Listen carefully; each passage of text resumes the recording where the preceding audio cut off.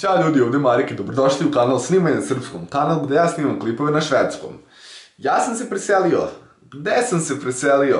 Pa nisam se preselio u Sloveniju, kao što je dosta vas reklo, preselio sam se u Slovačku. Zašto sam se preselio? Pa ovako. U životu svakog od nas dođe moment kad završimo srednju školu i treba da upišemo fakultet. Pa ja sam taj fakultet odlučio da upišem u Bratislavi u Slovačkoj. Zašto? Ovako. Pa, mislio sam da je došao jedan moment prosto da treba da nekako svoj život odvedem u jednom drugom pravcu, da se preselim svojih roditelja i da krenem da živim sam. I nekako je sve to došlo prirodno, nekako smatrao sam da je to jedna najprirodnija stvar koja može da se desi. Pogotovo što sam upisao klavir, da su jedan klavir, a time se bavim još od moje 5 godine, znači već 13 godina se bavim tim, tako da uopšte ništa nije u stvari čudno, samo je jako drugačije, ali je nekako sve došlo na svoje, kako da kažem. I da, sad živim sam i živim u studentskom domu, evo jedan mali brzi room tour,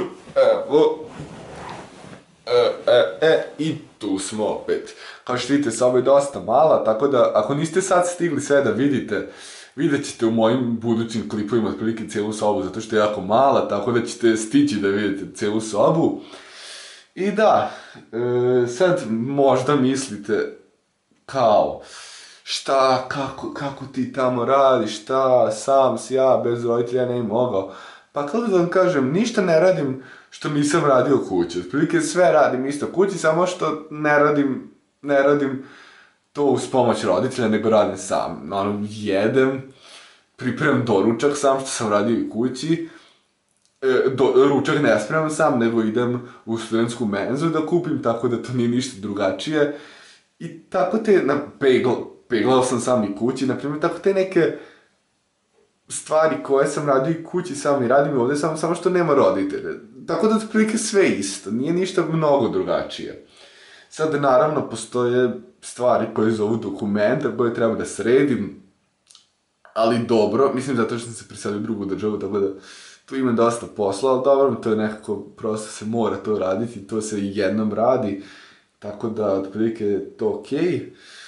I da, jedno veliko pitanje koje mi postavljalo otprilike 1000 ljudi, a to je, neće biti više Jaserštajna.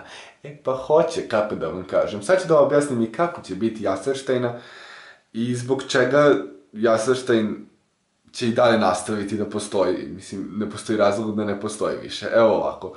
Prvo, Jaserštajn nije moj kanal, to je kanal od Milana Inića, tako da čak i da sam se ja preselio na drugi kontinent, da ne postoji nikakva šansa da se ikad vratim, kanal bi postojao i dalje zato što to nije moj kanal, to je kanal od Milana Inića.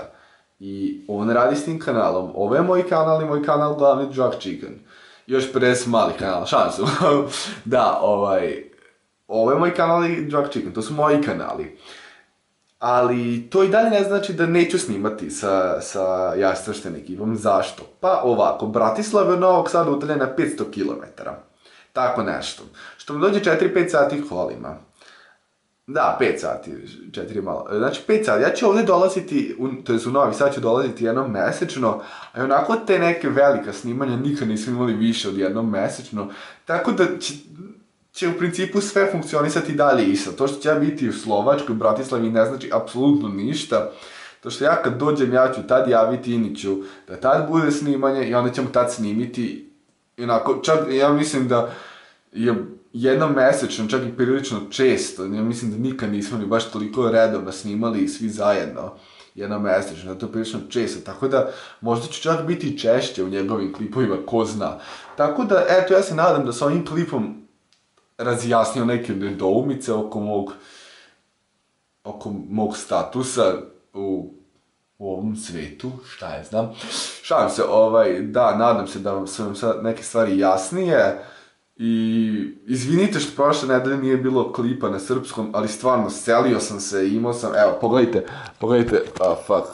ne presi, evo, provešću vas malo ovako brzo, pogledajte šta smo sve morali da nosimo, evo, i ovo sve, tu, evo, ovaj kofer i još unutra jedan kofer, znači jako puno stvari je bilo preneseno.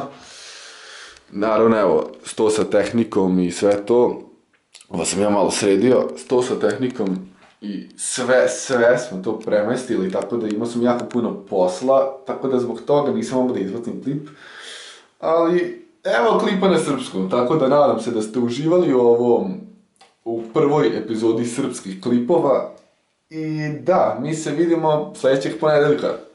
Ćao!